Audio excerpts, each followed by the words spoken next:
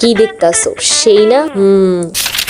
আজকে সেই আচারের রেসিপিটাই তোমাদের সাথে শেয়ার করব। আচারটা মানে কি বলবো, এক কথায় জোস, আর খুবই ইজি আচারটা বানানো। কথা না বাড়ায় আজকে তোমাদের সাথে এই রেসিপিটা শেয়ার করি। এটা হচ্ছে একটা টক ঝাল মিষ্টি আচার বলতে পারো। তো প্রথমেই আমগুলোকে সুন্দর করে কাইটে নিছে। কিভাবে কাটছে তো দেখছো, মাঝখান থেকে গোল্লা গোল্লা রয়েছে আর কি, আটি সহ কাটছে। পরবর্তীতে আটিগুলো মাঝখান থেকে ফালাই দিচ্ছে। এরপর চিনি, 2 মুখ ভিনেগার, এটাকে অনেকে আবার সিরকাও বলে। তো যাই হোক, ভালো করে সবকিছু দেওয়ার পর আম্মু মাখায় নিছে আমটা। এরপর শুকনা মরিচ, ধইনা, গুয়া মরিচ আর পাঁচফোড়ন ভালো করে ভাইজে নিছে। এরপর এগুলো গুঁড়া করে ফেলছে। এরপর 1 চামচ হলুদের গুঁড়া আর 1 চামচ মরিচের গুঁড়া দিয়ে আম্মু এটাকে জাল করতে বসায় দিছে। এখানে আম্মু কোনো পানি ইউজ করে না, কোনো তেলও দেয়নি, যে চিনিটা দিয়ে মাখায় রাখছিল ওইভাবেই দিয়ে দিছে। এরপরে যে গুঁড়া মশলাটা বানাইছিল সেটা আম্মু দিচ্ছে। এটা তো মানে যতটুকু পরিমাণ আপনাদের দেখাইছিলাম ততটুকু পরিমাণে সবকিছু নিয়ে নিয়ে করছিল, তবে পুরাটা আম্মু দেয় নাই, যতটুকু লাগছে ততটুকু দিছে। সেটা আপনারা বুঝে নেবেন যখন করবেন। মানে আচারটা বানানো যত না সিম্পল, তার থেকে খেতে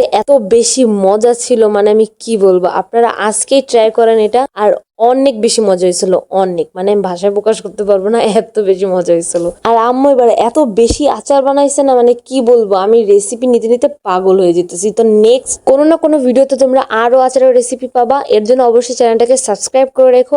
আর আমাদের ভিডিওটা যদি ভালো লেগে থাকে অবশ্যই লাইক করে দিও। আল্লাহ হাফেজ।